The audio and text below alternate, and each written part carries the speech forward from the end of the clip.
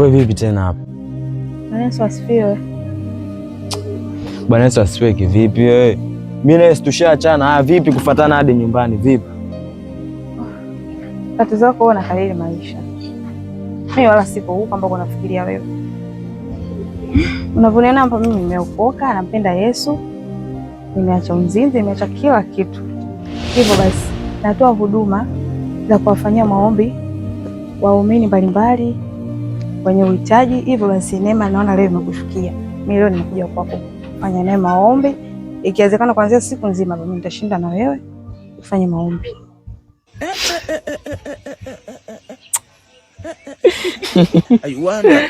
Nafuta kiki ya kurudiana. Eti nitashinda na wewe kutwa nzima. Yaani kivipi yani wewe ufanyie maombi? Wewe akunifanyia maombi mimi? Ndio. Mimi kuna ubaya jamani. Ndio maana nimekwambia mimi ni mtumishi. Nimeokoka. Nimekuja kwako tufanye maombi, nikuombee.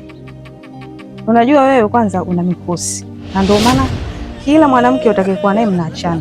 Una mikosi, una mapepo ambayo yanaweza kukufanya wewe ukashindwa kufikia lengo ambalo utafikia. Kwa hiyo ndio maana nimekuja kwako. Kwa hiyo naomba nikuulize tu, tunaanzia bafuni au tunaingia ndani? Bas, nimekwisha. Tunaanzia bafuni au ndani?